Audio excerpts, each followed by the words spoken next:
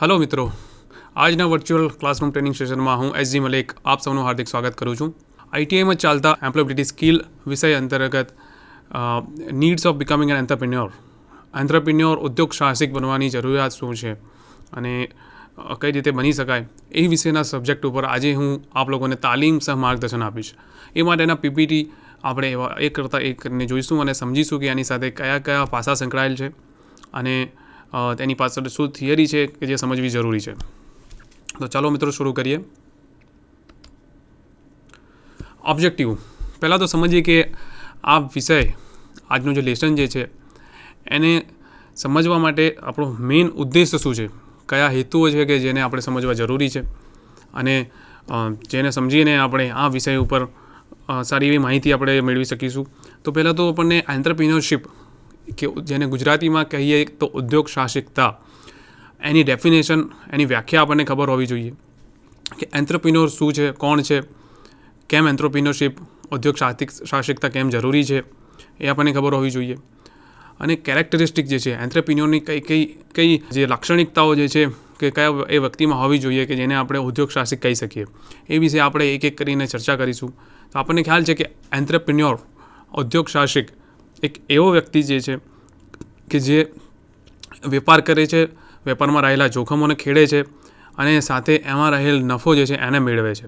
આ સાદી ભાષામાં તેની એક વ્યાખ્યા છે અને જટિલ ભાષામાં ખૂબ જ પાસા એની સાથે સંકળાયેલ છે, કારણ કે બિઝનેસ કરવો એમાં A to Z જેટલી પણ એક્ટિવિટીઝ જે છે એના ઉપર નજર રાખવી, એને સમજવી અને એ બધું સમજીને પછી જોખમ લેવું અને તેમાંથી કંઈક વેલ્યુ ઉત્પન્ન કરવી અને નફો મેળવવો, એ એન્ટરપ્રિન્યોરનું કામ હોય છે. અને એમાં ઘણા બધા પાસા રહેલ છે કે દાખલા તરીકે કોઈ બિઝનેસ નવું શરૂ કરતો હોય, કોઈ બી માણસ નવો બિઝનેસ શરૂ કરે તો તેની પાસે એક આઈડિયા હોવો જરૂરી છે કે કયો બિઝનેસ કરીશું, એનું નોલેજ હોવું જરૂરી છે. કોઈ નાની એવી શોપનું આપણે એક્ઝામ્પલ લઈએ કે કોઈ કપડાની શોપ કોઈને નાખવી હોય તો એ પણ એક ઉદ્યોગ સાહસિક છે, ઉદ્યોગ સાહસિકતા દર્શાવવા જઈ રહ્યો છે કોઈ વ્યક્તિ. તો એને શરૂઆતથી એની પાસે એનું લોકેશન જરૂરી છે કે કયા લોકેશન પર એ શોપ નાખશે, ઓનલાઈન વેચશે કે પછી દુકાન પર વેચશે કે પછી રોડ પર વેચશે કે પછી કોઈ શોપિંગ મોલમાં જઈને વેચશે કે કોઈ જગ્યાએ કોઈ એક્ઝિબિશન લાગ્યું ત્યાં જઈને વેચશે, કઈ રીતે કયા માર્કેટમાં વેચશે એ એણે નક્કી કરવું પડશે. માર્કેટમાં કયા પ્રકારની ઓડિયન્સ રહેલી છે, કેવા કસ્ટમર છે, એ પ્રમાણે એણે વસ્તુઓની ચોઈસ કરવી પડશે. શોપિંગ મોલમાં કોઈ કપડાની દુકાન નાખી રહ્યું હોય તો તમે જોયું હશે કે ત્યાં આગળ બ્રાન્ડેડ કપડાં હોય છે, કે ત્યાં આગળ ખૂબ જ કિંમતી અને ખૂબ જ સારી ક્વોલિટીના કપડાં આપણને ત્યાં જોવા મળે છે. ક્વોલિટી ઉપરાંત એની કિંમત પણ વધારે હોય છે, કારણ કે ત્યાં આગળ આવનાર જે ઓડિયન્સ જે છે, ત્યાં આગળ આવનાર જે ખરીદદાર લોકો જે છે, બાયર્સ જે છે, એમનું આવકનું મૂલ્ય જે છે, એ આવકનું સ્તર જે છે એ ઊંચું હોય છે, એ લોકો અફોર્ડ કરી શકે છે. તો એ પ્રકારે એ લોકોને ખરીદી કરવાની ઈચ્છા હોય છે, તો એ લોકો માટે એ પ્રકારના કપડાં ત્યાં વેચાતા હોય છે. રોડ પર તમે જોયું હશે કે રોડના કિનારે ઢગલો નાખીને બેચનાર વ્યક્તિ હોય છે, એ લોકો પણ ઉદ્યોગ સાહસિક જ છે, એમને પણ આપણે વેપારી જ કહીએ છીએ. પણ એ લોકો એવા લોકો માટે કપડાં વેચે છે કે જે રોડ પરથી લેવાનું પસંદ કરે છે. એ સિવાય કે જેમની આવકનું સ્તર જે છે એ મધ્યમ વર્ગ છે અથવા મધ્યમ વર્ગથી નીચેના વ્યક્તિઓ જે છે એ લોકો ત્યાંથી ખરીદી કરે છે. એ સિવાય સારી વ્યક્તિઓ પણ કરે છે, પણ અમુક જરૂરિયાત, દાખલા તરીકે શિયાળો આવે છે ત્યારે આપણે જોઈએ છીએ કે રસ્તા પર ધાબળા વેચાતા હોય છે. તો જેવી પરિસ્થિતિ જે છે એને અનુસરીને કોઈ પણ ઉદ્યોગ સાહસિક બિઝનેસ કરતો હોય છે. એને દરેક વસ્તુનું ધ્યાન રાખવું પડે છે, ક્યાંથી માલ ખરીદીશ, કયા ભાવમાં ખરીદીશ, કેટલું પ્રોફિટ એમાં રાખીશ, પ્રોફિટ સિવાય કેટલા ખર્ચા આ બિઝનેસ સાથે સંકળાયેલ છે, કઈ ઓવરહેડ કોસ્ટ આમાં હોઈ શકે, કેટલાક દુકાનો રાખીશું, દુકાનનું ભાડું શું હશે, લાઇટ બિલ શું હશે, XYZ કોસ્ટ એમાં ઇન્ક્લુડ કરશે. પછી એક પ્રાઇસ નક્કી કરશે અને એ પ્રાઇસ જે તે કસ્ટમરને કેટલામાં વેચીશ, પ્રોફિટ નક્કી કરશે અને પછી એ બિઝનેસ કરશે અને એને પછી કઈ રીતે બિઝનેસને આગળ લઈ જવો છે એના વિશે એ વિચારશે. તો એન્ટરપ્રિન્યોર, ઉદ્યોગ સાહસિક જે છે એમાં ઘણી બધી કેપેબિલિટીઝ હોય છે, ઘણી બધી કેરેક્ટરિસ્ટિક લાક્ષણિકતાઓ હોય છે જે આપણે કહીએ ને કે જેને એને ઉદ્યોગ સાહસિક કહેવા માટેની વ્યાખ્યા જે છે એમાં એને ફિટ બેસાડે છે. તો આપણે એક એક કરીને વસ્તુની ચર્ચા કરીશું, કઈ રીતે કોઈ એન્ટરપ્રિન્યોર બની શકે. તો આપણે એક્ઝામ્પલ જોઈએ કે કયા એન્ટરપ્રિન્યોર આજે આપણે જેના નામથી આપણે વાકેફ છીએ. આપણે મુકેશભાઈ અંબાણી જે આપણા ગુજરાતના છે, એમને આપણે સારી રીતે જાણીએ છીએ. ધીરુભાઈ અંબાણી, એમના ફાધર રિલાયન્સના ચેરમેન, એમને આપણે સારી રીતે જાણીએ છીએ કે ખૂબ જ કહેવાય કે બિઝનેસ જગતમાં ખૂબ જ મોટા માથા તરીકે આ લોકો ઓળખાય છે. મિસ્ટર જેફ બેઝોસ કે જે એમેઝોન ગ્રુપના CEO અને ફાઉન્ડર છે, એમની સ્ટોરી તો ખૂબ જ ઇન્સ્પાયરિંગ છે કે એમણે કઈ રીતે એમના બિઝનેસની શરૂઆત કરી હતી. એક નાનકડી ગેરેજમાં એમણે બુક સ્ટોર શરૂ કર્યો હતો, બુક્સ વેચવાનું ઓનલાઈન શરૂ કર્યું હતું. એ વખતે ઇન્ટરનેટ ભારતમાં તો ખૂબ જ ઓછું હતું, પણ અમેરિકામાં પણ ઇન્ટરનેટની શરૂઆત હતી. એ સમયે ઇન્ટરનેટ પર થતો વેપાર જે ખૂબ જ શરૂઆતના તબક્કામાં હતો, ત્યારે તેમણે બુક્સ વેચવાનું શરૂ કર્યું હતું, ઓનલાઈન બુક્સ વેચવાનું શરૂ કર્યું. ધીમે ધીમે શીખતા ગયા. એ પછી એમણે એટલી બધી વસ્તુઓ ઓનલાઈન લાવ્યા કે ઓનલાઈન વેપારના જગતમાં ટાઇકૂન બની ગયા છે. અને આપણને લોકોને ખ્યાલ પણ છે કે આજે એમેઝોન જે છે એને કોઈ જ માણસ એવો હશે કે જે એમેઝોનથી વાકેફ ના હોય, એમેઝોનને જાણતો ના હોય, કારણ કે એટલા બધા સ્તર સુધી, એટલા લેવલ સુધી આ કંપની મોટી બની ચૂકી છે કે દરેક પાયાના માણસથી લઈને મોટા વેપારીઓને પણ એ ટચ કરે છે, એક ને એક લેવલ ઉપર ટચ કરે છે. અને જે કંપની જે વેપાર જગત જે છે એના જે ફોર્સિસ જે છે એ જ જનરેટ કરે છે. દાખલા તરીકે તમે કોઈ દુકાન પર વસ્તુ વેચવાનું શરૂ કરવા માંગતા હો તો તમે પહેલાં જોશો કે ભાઈ ઓનલાઈન કેટલામાં વેચાય છે, તો એમેઝોન પર કેટલામાં વેચાય છે. એને જોઈને ફ્લિપકાર્ટ જેવી કંપનીઓ ઉદ્ભવી, સ્નેપડીલ જેવી કંપનીઓ ભારતમાં ઉદ્ભવી. તો એક ઇન્સ્પિરેશન છે બિઝનેસના નામ પર મિસ્ટર જેફ બેઝોસ. તો ખૂબ જ સારા એવા અને ખૂબ જ જાણીતા બિઝનેસમેન છે. એ સિવાય મિસ્ટર એલન મસ્ક કે જે ટેસ્લા ઇલેક્ટ્રિક વ્હીકલ ની કંપનીના માલિક છે, સોશિયલ મીડિયા પર ખૂબ જ એક્ટિવ રહે છે. અને આ પણ એવા એક કહેવાય ને કે એવા બિઝનેસમેન છે કે જેનાથી લોકો ખૂબ જ ઇન્સ્પિરેશન હાસિલ કરે છે. એમના વિશે કહેવાય છે કે એ અઠવાડિયામાં 100 કલાક કામ કરે છે. એટલે આપણે એ વિષયથી આપણે જોઈ શકીએ કે કેટલી મહેનત કરે છે. અને એમના જે ફ્યુચર પ્લાન્સ જે છે એ પણ લોકોને ઇન્સ્પાયર કરે છે. એમનું ફ્યુચર પ્લાન જે છે કે માર્સ ઉપર એક કોલોની સ્થાપિત કરવી છે એમને, કે જ્યાં આગળ માણસો રહી શકે. મંગળ ગ્રહ ઉપર માણસોની વસાહત એમણે સ્થાપિત કરવી છે, એક એમનું વિઝન છે. એ સિવાય રોડ્સ પર ઇલેક્ટ્રોનિક વ્હીકલ કે જે આપણે જોઈએ છે કે પ્રદૂષણનો જે પ્રશ્ન જે છે, એર પોલ્યુશનનો પ્રશ્ન જે છે એ ખૂબ જ ભયાનક રીતે આગળ વધી રહ્યો છે. ઇન્ડસ્ટ્રીયલાઇઝેશનના નામે ખૂબ જ મોટી માત્રામાં પ્રદૂષણ થઈ રહ્યું છે અને આવનારી પેઢીઓ માટે ખૂબ જ ચિંતાજનક બાબતે પ્રદૂષણ આગળ વધી રહ્યું છે. તો આ પણ એક જટિલ પ્રશ્ન છે કે એને હલ કરવા માટે દેશ વિદેશના મોટા સાયન્ટિસ્ટ, મોટા બિઝનેસમેન અને જે ચિંતિત લોકો જે છે એના પર કામ કરી રહ્યા છે. એમાંથી એક નામ મિસ્ટર એલન મસ્કનું છે કે જેમની કંપની છે ટેસ્લા, કે જે ઇલેક્ટ્રિક કાર બનાવે છે અને ખૂબ જ સફળ રીતે આ બિઝનેસ કરી રહ્યા છે. એલન મસ્ક ટેસ્લા વ્હીકલ એમનું જે છે ટેસ્લા કાર છે, કેમ કે દેખાવામાં પણ સ્પોર્ટ્સ કાર સારી એવી કાર છે. તે સિવાય એની જે ફેસિલિટીઝ છે એ પણ જે માર્કેટમાં રહેલ જે પ્રીમિયમ કાર સેગમેન્ટ જે છે એની હરોળમાં ઊભી રહી શકે એવી કાર કંપની બનાવે છે. અને ઇલેક્ટ્રિક વ્હીકલ છે જેના કારણે પ્રદૂષણ પણ ઓછું છે.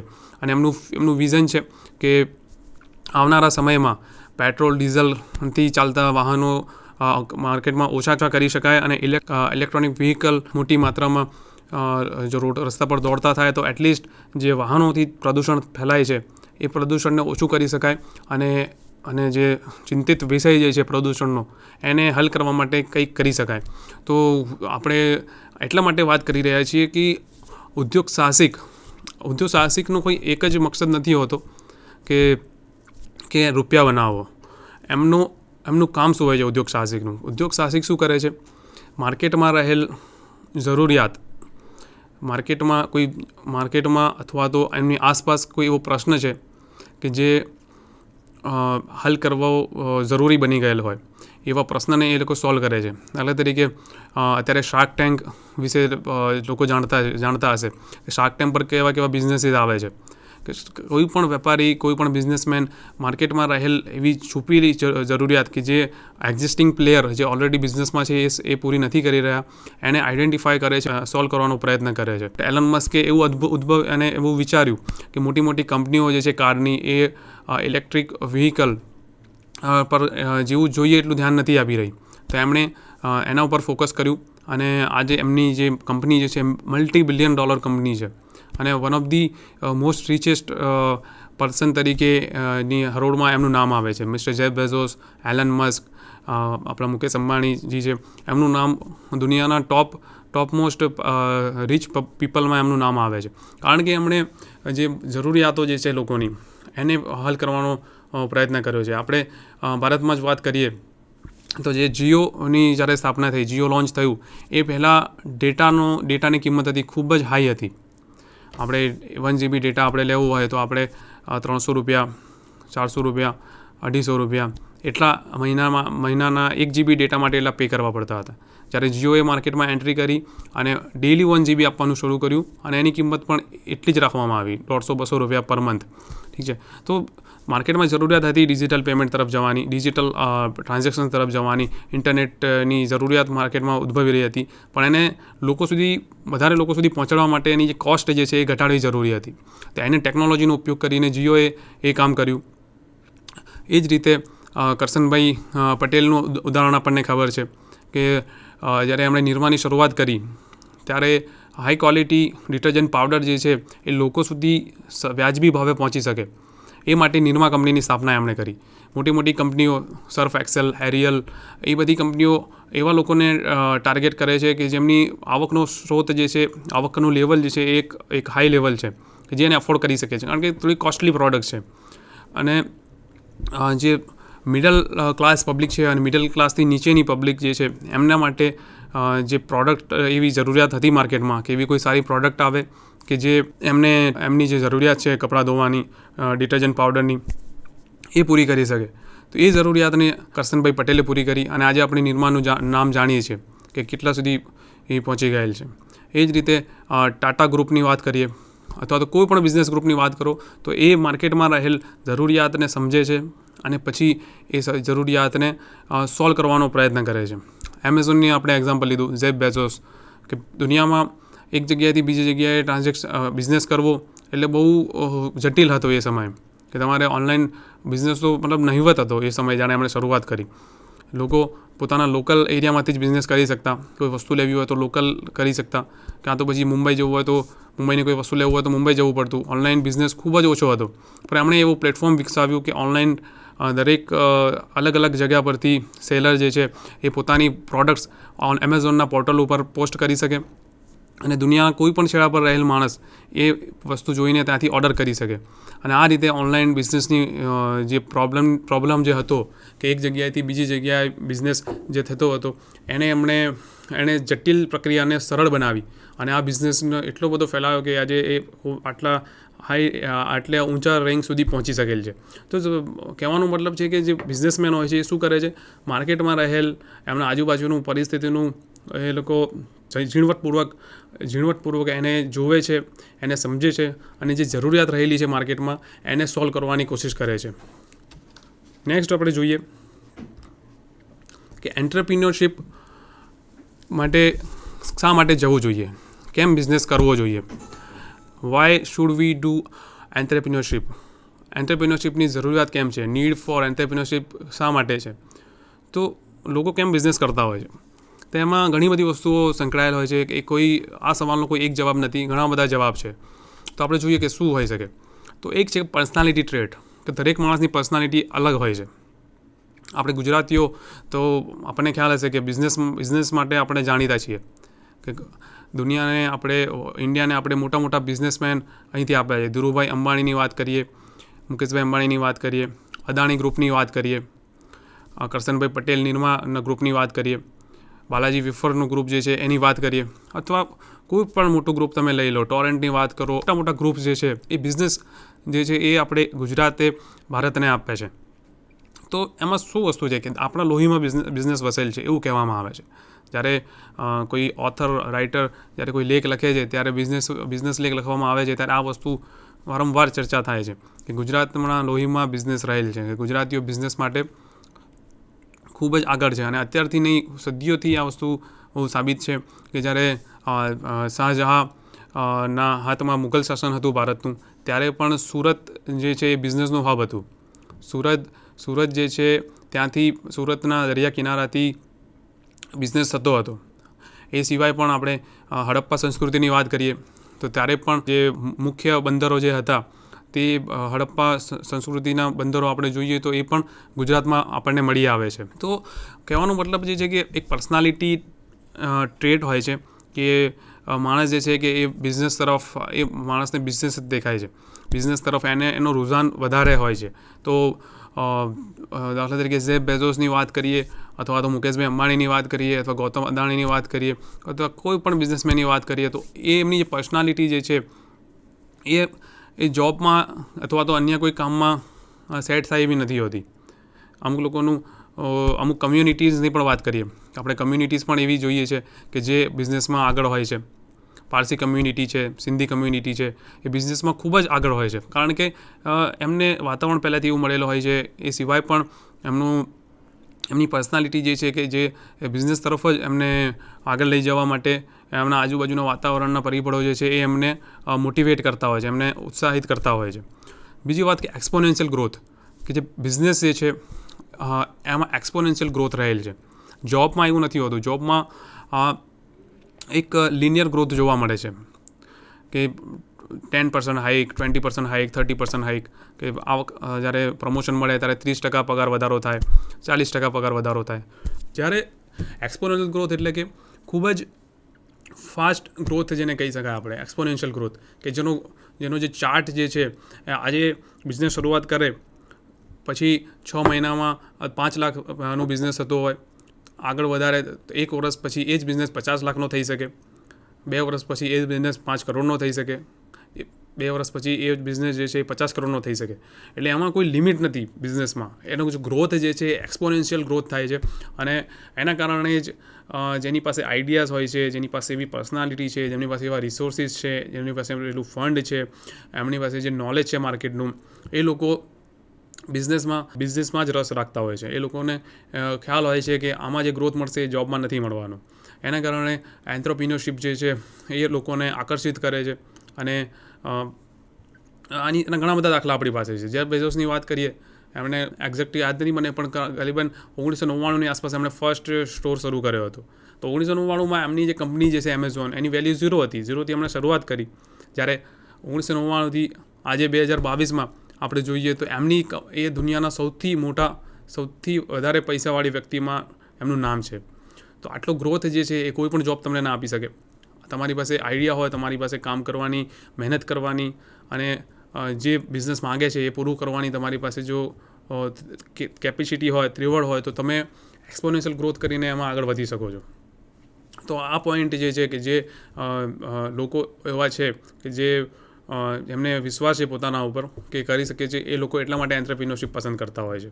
અને એટલે જ આપણા દેશમાં મેક ઇન ઇન્ડિયા, એ સિવાય પણ સ્ટાર્ટઅપ ઇન્ડિયા, એવા પ્રકારના પ્રોગ્રામ્સ જે છે ગવર્મેન્ટ તરફથી લોન્ચ કરવામાં આવે છે. અને બિઝનેસને કઈ રીતે આગળ લઈ જવો એના માટે આપણી ગવર્મેન્ટ પણ વિચારતી હોય છે, કારણ કે બિઝનેસથી જ આપણે આપણી જીડીપી છે અને આપણે વધારી શકીએ અને એમ્પ્લોયમેન્ટ પણ આપી શકીએ આપણે લોકોને. કે જે લોકોને જોબ કરવી છે એ લોકોને એમ્પ્લોયમેન્ટ પણ આવા બિઝનેસ જ આપતા હોય છે. આજે એમેઝોનનું જોઈએ તો એમાં હજારો લોકો કામ કરે છે. રિલાયન્સ જે છે એમાં હજારો લોકોને જોબ મળે છે. તો એનું કારણ શું છે? આવા બિઝનેસ આગળ વધશે તો ઘણા લોકોનું ભલું થશે, ઘણા લોકોને જોબ મળશે, ઘણા લોકો આગળ વધશે. તો ટૂંકમાં આ વસ્તુ છે જેના કારણે એન્ટરપ્રિન્યોરશિપ જરૂરી બની જાય છે. ધ નીડ ટુ લર્ન મોર, કે જે એન્ટરપ્રિન્યોર જે છે એમને ફિક્સ નોલેજની એ નથી હોતી. જોબમાં કેવું હોય છે કે તમે એક સેગમેન્ટ પકડી લો પછી એમ જ તમારે આગળ વધવાનું હોય છે. એટલે એ તમારું જે ફોકસ એરિયા જે છે એ ખૂબ સાંકડું હોય છે. જ્યારે બિઝનેસમાં તમારે દરેક વસ્તુનું ધ્યાન રાખવું પડતું હોય છે. ફાઇનાન્સ ઉપર ધ્યાન રાખવું પડે, માર્કેટિંગ ઉપર તમારે ધ્યાન રાખવું પડે, તમારા બિઝનેસના ઓપરેશન્સ ઉપર તમારે ધ્યાન રાખવું પડે, તમારો બિઝનેસનો લીગલ ફ્રેમવર્ક જે છે એના ઉપર તમારે ધ્યાન રાખવું પડતું હોય છે. તો આ બધી જ વસ્તુનું ધ્યાન રાખવા માટે તમારી પાસે શીખવાની જિજ્ઞાસા હોવી જરૂરી છે. તો એવા ઘણા લોકો હોય છે કે જે લોકો આ બધી વસ્તુ કરી શકતા હોય છે અને એમાં જ એમને રસ હોય છે. એટલે એન્ટરપ્રિન્યોરશિપ હોવા માટે, ઉદ્યોગ સાહસિકતા હોવા માટે ready to learn anything any time, A attitude હોવો જરૂરી છે.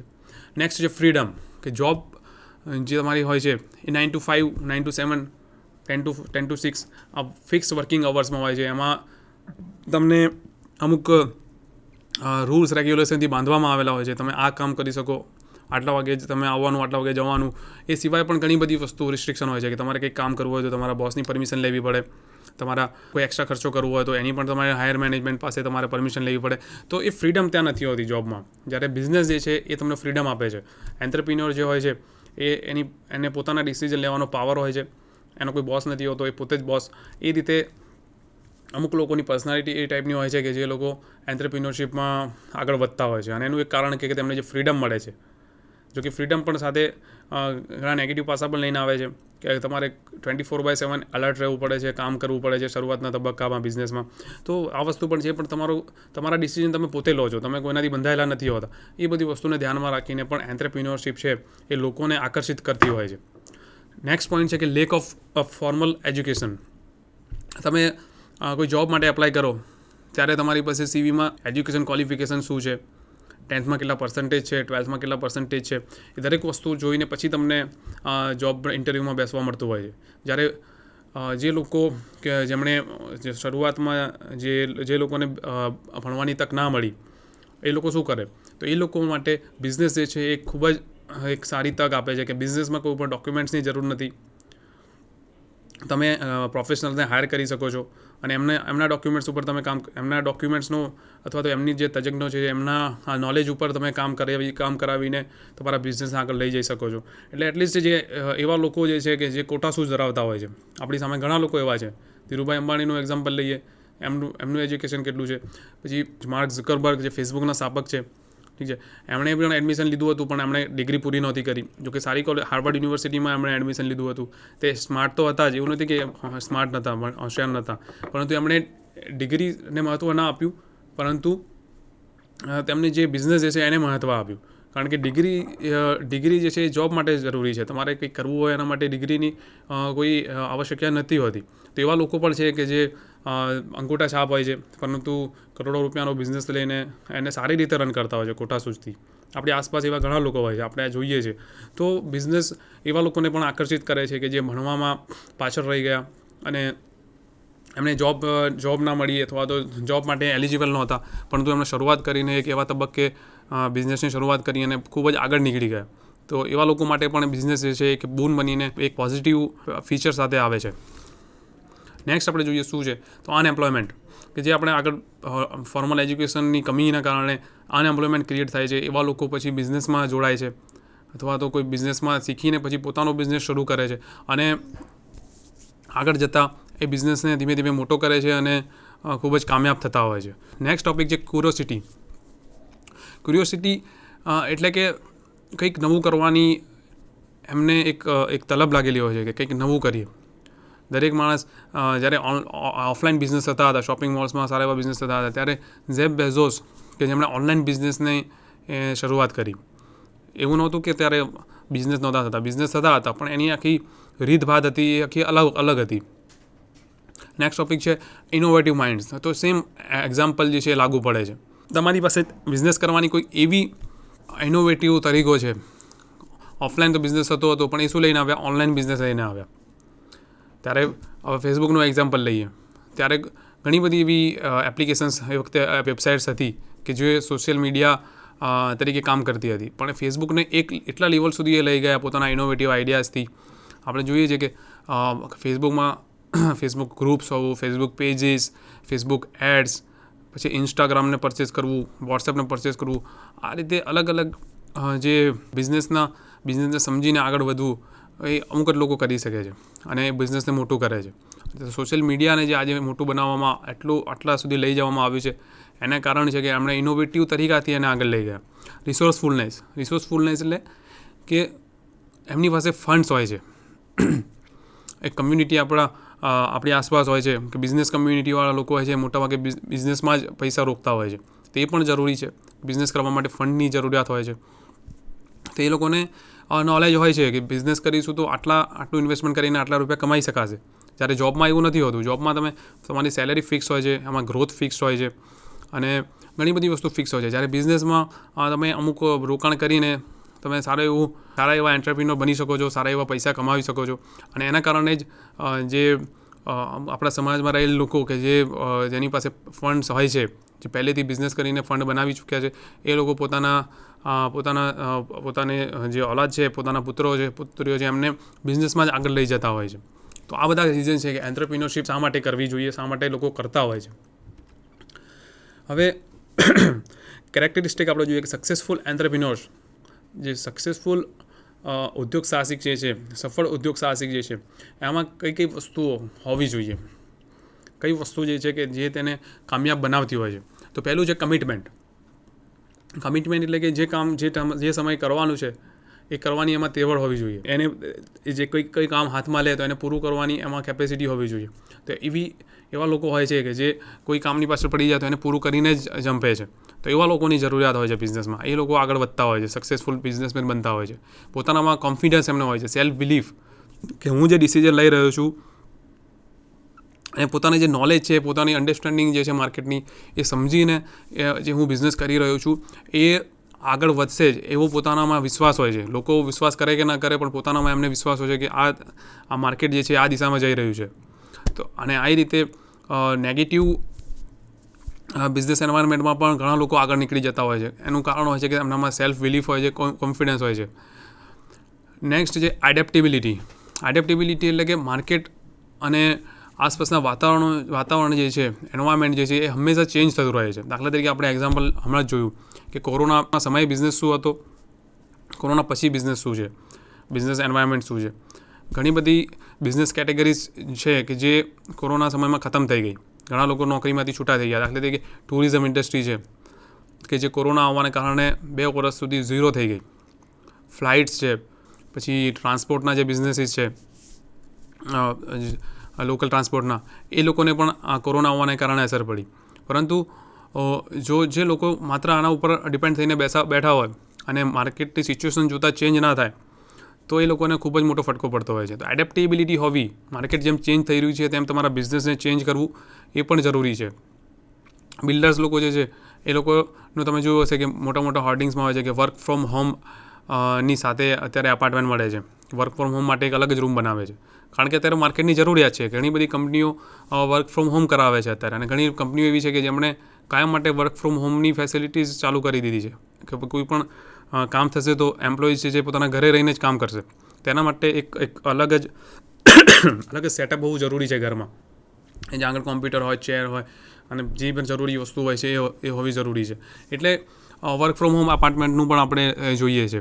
એ સિવાય જે સેનિટાઈઝર બિઝનેસ છે, સેનિટાઈઝર આપણે ખૂબ જ ઓછા વપરાશ થતા હતા. આપણે માસ્ક જે છે, હવે લોકોને આદત પડી ગઈ છે માસ્ક પહેરવાની, કે આપણે બહાર જ્યારે કોઈ જગ્યાએ જતા હોય ત્યારે માસ્ક પહેરીને, ભલે કોરોના છે કે નથી અત્યારે એની ઇફેક્ટ ઓછી થઈ ગઈ છે, પણ તો પણ જે આદત બની ગઈ છે એ લોકો આદત એને આગળ વધી રહ્યા છે. તો એવા બિઝનેસીસ પણ છે કે જે લોકોએ ખરા સમયે કોરોના જ્યારે આવ્યો ત્યારે ખરા સમયે એ લોકોએ જે માસ્ક છે, પછી સેનિટાઈઝર છે, એના બિઝનેસ શરૂ કર્યા અને અત્યારે એસ્ટાબ્લિશ પ્લેયર તરીકે એ લોકો સેટ થઈ ગયા છે. તો એ વસ્તુ હોવી જરૂરી છે કે જેવું વાતાવરણ ચેન્જ થાય છે એ પ્રમાણે તમારે માર્કેટને ચેન્જ કરવું.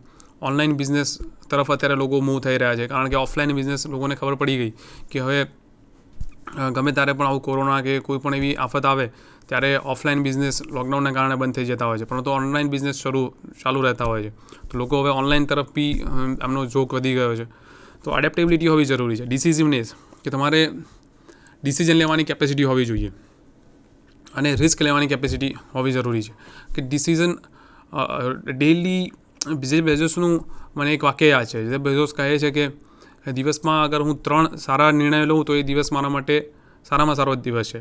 આટલી મોટી કંપની ચલાવે છે તો પણ દિવસમાં ખાલી 3 સારા ડિસિઝન એ લેતા હોય છે, કારણ કે જે એમના કંપનીની દિશા જે છે, એમના બિઝનેસની ડિરેક્શન જે છે, કે આગળ જઈને બિઝનેસ સફળ થશે અથવા તો સહી દિશામાં જશે કે નહીં જાય, એ એમના જે મેઇન ડિસિઝન છે જે એમના ઉપર ડિપેન્ડિંગ હોય છે. તો ડિસિઝન લેવાની કેપેસિટી એનામાં હોવી જોઈએ. કે ઓફલાઈન બિઝનેસ ચાલતો હોય બાપદાદાની પેઢીનો, હવે એને ઓનલાઈન લઈ જવું કે ના લઈ જવું, એ ડિસિઝન કોણ લેશે? તો એન્ટરપ્રિન્યોર લેશે. જે ઉદ્યોગ સાહસિક વેપારી જે છે એણે લેવું પડશે બિઝનેસ, કારણ કે એનો બિઝનેસ જે છે એ ટોટલી એના કંટ્રોલમાં છે. તો એણે બિઝનેસ થઈને કઈ રીતે આગળ વધારવો એ ડિસિઝન એણે લેવું પડશે. કોઈ નવી માર્કેટમાં કોઈ નવી જરૂરિયાત ઊભી થઈ છે તો એની પ્રોડક્ટમાં કઈ રીતે ફેરફાર કરશે, એનો ડિસિઝન કોણ લેશે? તો આ બધા અન્ય ડિસિઝનો હોય છે કે જે નિર્ણયો હોય છે કે જે બિઝનેસમેને લેવા પડતા હોય છે. તો આ જરૂરી છે. નેક્સ્ટ છે ટીમ બિલ્ડિંગ, કે ટીમ બિલ્ડિંગની જે ખાસિયતો હોય છે એ હોવી એક સક્સેસફુલ એન્ટરપ્રિન્યોરમાં જરૂરી છે. મેં એક જગ્યાએ સાંભળેલું છે કે માઇક્રોસોફ્ટના સ્થાપક જે બિલ ગેટ્સ એ કહે છે કે તમે સારી સેલરી આપશો તો તમને સારા લોકો મળશે. એટલે લોકોને સારી આવક તમે આપો તો તમને જેવી સેલરીઝ આપશો એવા તમને એમ્પ્લોય મળશે. તો સારી ટીમ બનાવવા માટે સારા લોકો શોધવા જરૂરી બને છે. સારા લોકો શોધવા માટે એમને સારા પર્ક્સ આપવા પડે છે. ગૂગલની ઓફિસીસ તમે જોયું હશે કે એમાં સ્પાથી લઈને ગેમને કાફેટેરિયા બધી જ ફેસિલિટી એમાં અવેલેબલ હોય છે. તમારે હેર કટ કરવું હોય કે નાહવું હોય, તમારે બાથ લેવું હોય અથવા તો મસાજ કરાવવી હોય તો પણ ગૂગલની જે હેડક્વાર્ટર જે છે એમાં દરેક પ્રકારની ફેસિલિટીઝ એમ્પ્લોય માટે ફ્રી ઓફ કોસ્ટ હોય છે. એમને ગેમ રમવી હોય તો પણ એ લોકો જઈને રમી શકે છે. તો ટૂંકમાં આવી બધી ફેસિલિટી એટલા માટે આપવામાં આવે છે કે આવી ફેસિલિટીઝના કારણે એ લોકોને સારા માણસો મળે છે.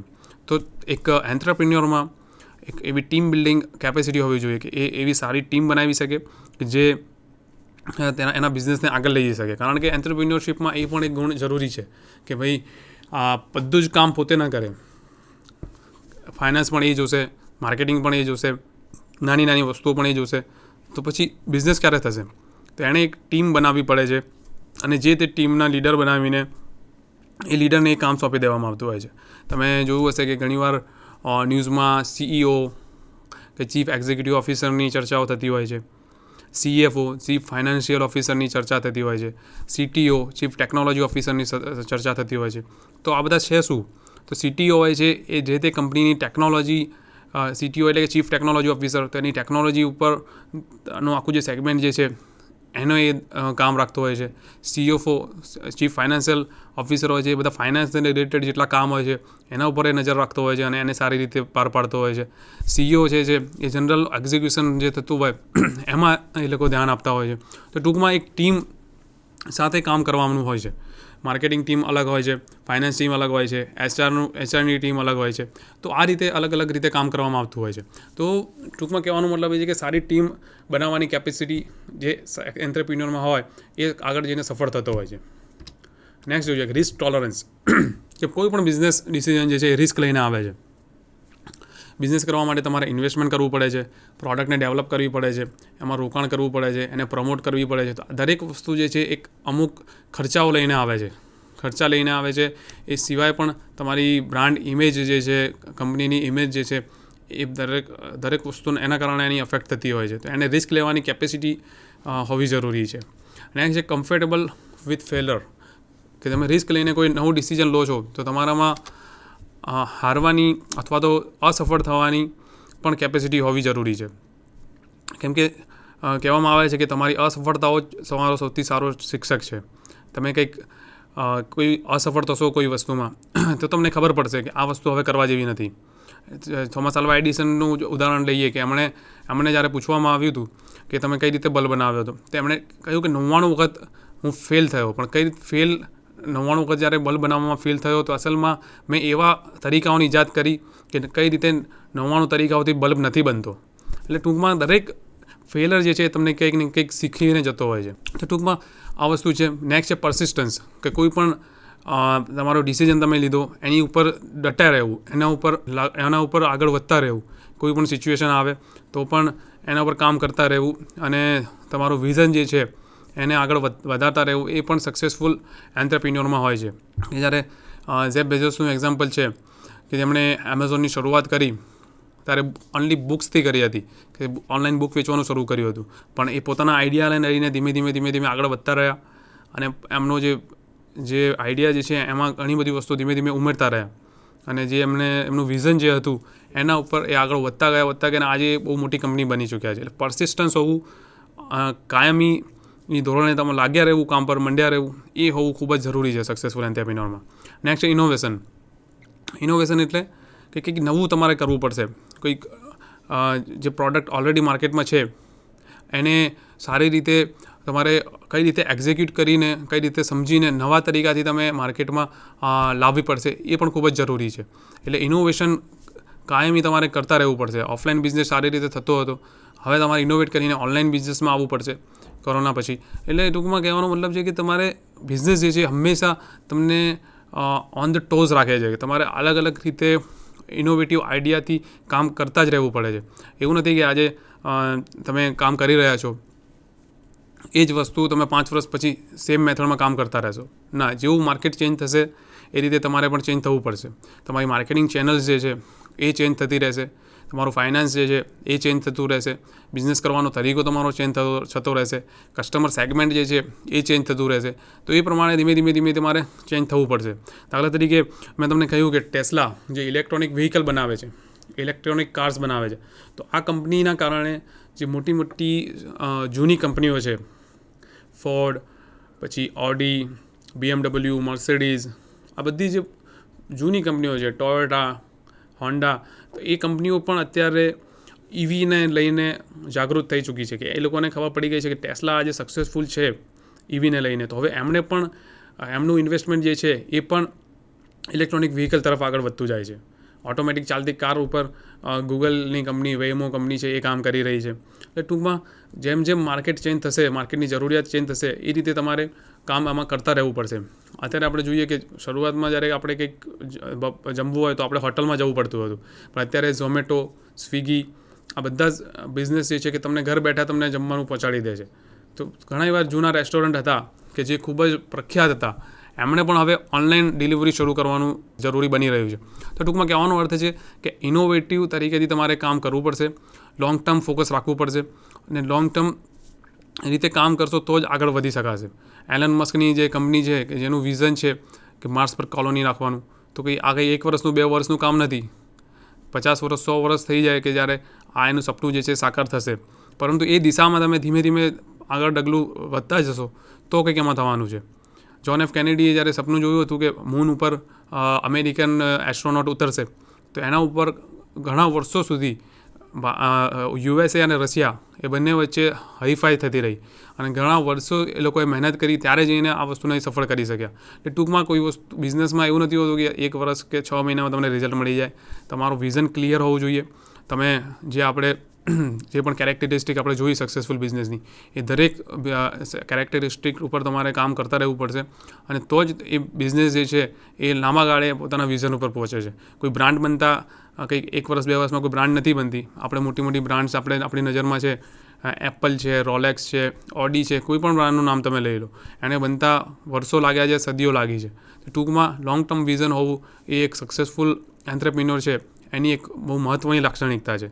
તો ટૂંકમાં આપણે જોયું આ વિષયમાં કે કઈ વસ્તુઓના કારણે કઈ કેરેક્ટરિસ્ટિક છે કે જે એન્ટરપ્રિન્યોરમાં હોવી જરૂરી છે. તો આપણે આ ટૉપિકને અહીં આપણે અંત આપીએ છીએ, અને આપણે એમાંથી શીખીએ કે કઈ રીતે એન્ટરપ્રિન્યોર બની શકાય અને કઈ રીતે આપણા દેશ માટે આપણે યોગદાન આપી શકીએ. Thank you.